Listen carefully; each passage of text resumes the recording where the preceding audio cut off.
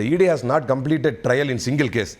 Is ED not accountable for such modus operandi? எவ்வளவு அழகான கேள்வி பாருங்க. இது நீதிபதி தேஷ்பாண்டே கேட்டது. இப்படி எல்லாம் நீங்க உங்களுடைய modus operandiக்கு வந்து நீங்க பதில் சொல்ல மாட்டீங்களா? இத போன்ற ட்ராக்குக்கு பின்னால நின்னுக்கிட்டு தான் நீதிமன்றங்கள் இப்படி கேள்விகளை எழுப்புகிறது.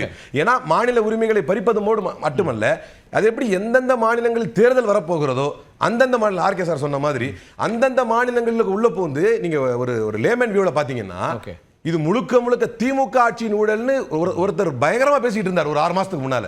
நீங்க பார்த்திருப்பீங்க. இதுதான் மிகப்பெரிய ஊழல் என்று பேசிக் கொண்டிருந்தார். அப்ப இப்ப எங்க போனாங்க அவங்க எல்லாம்? ஒன்று. இரண்டாவது, பல வழக்குகளில் தீர்ப்பு தரும் பொழுது, குறிப்பாக செந்தில் பாலாஜி அவர்களுடைய வழக்குகளில் வந்து அந்த பெயில் பிணை தரும் பொழுது சொன்னாங்க, the trial courts and the high courts have forgotten a very well settled principle of law that bail is not to be withheld as a punishment அப்படின்னு சொல்லிட்டு ஒருத்தர் தண்டிக்கிறதுக்காக நீங்க பெயில நிறுத்தி வச்சிட கூடாது அப்படின்னு சொல்லிட்டு from our experience we can say, எங்க அனுபவத்தில் நாங்க சொல்றோம், it appears that the trial and high courts attempt to play safe in matters of grant of bail. Trial கோர்ட்டும் ஹை கோர்ட்டும் சேஃபா ப்ளே பண்றீங்க பெயில் தராம இருக்கு. இது உண்மையிலே எனக்கே விளங்கல இந்த அர்த்தம். யாருக்கு பயந்து சேஃபா ப்ளே பண்றதாக உச்சநீதிமன்றம் சொல்லுது. அப்படி இது வந்து உச்சநீதிமன்றத்தின் வார்த்தை.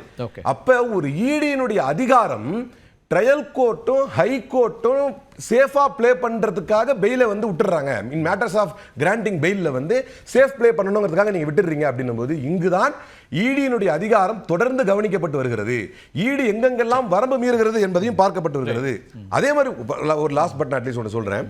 These stringent provisions, இது ஈடிக்கு சொல்லப்பட்ட வார்த்தைகள் நீதிமன்றத்தினால், இந்த stringent provision 45(1) subclass 3ல உள்ள stringent provisions வந்து ஒருத்தர் வந்து லாங் இன்காஸ்டரேஷன் பண்றதுக்காக, உங்களுடைய பொலிட்டிக்கல் எனிமியை லாங் இன்காஸ்டரேட் பண்றதுக்காக ஒரு டூலா பயன்படுத்தக்கூடாது என்று உச்சநீதிமன்றம் தொடர்ந்து பல வழக்குகளை சொல்லிட்டு வருது. இந்த வழக்குகளுடைய பின்னணியில் தான் எங்களுடைய பிரைவசி இல்லையா அப்படின்னு அட்வொகேட் கேட்கிறார். எங்களுக்குன்னு ஒரு பிரைவசி இல்லையா?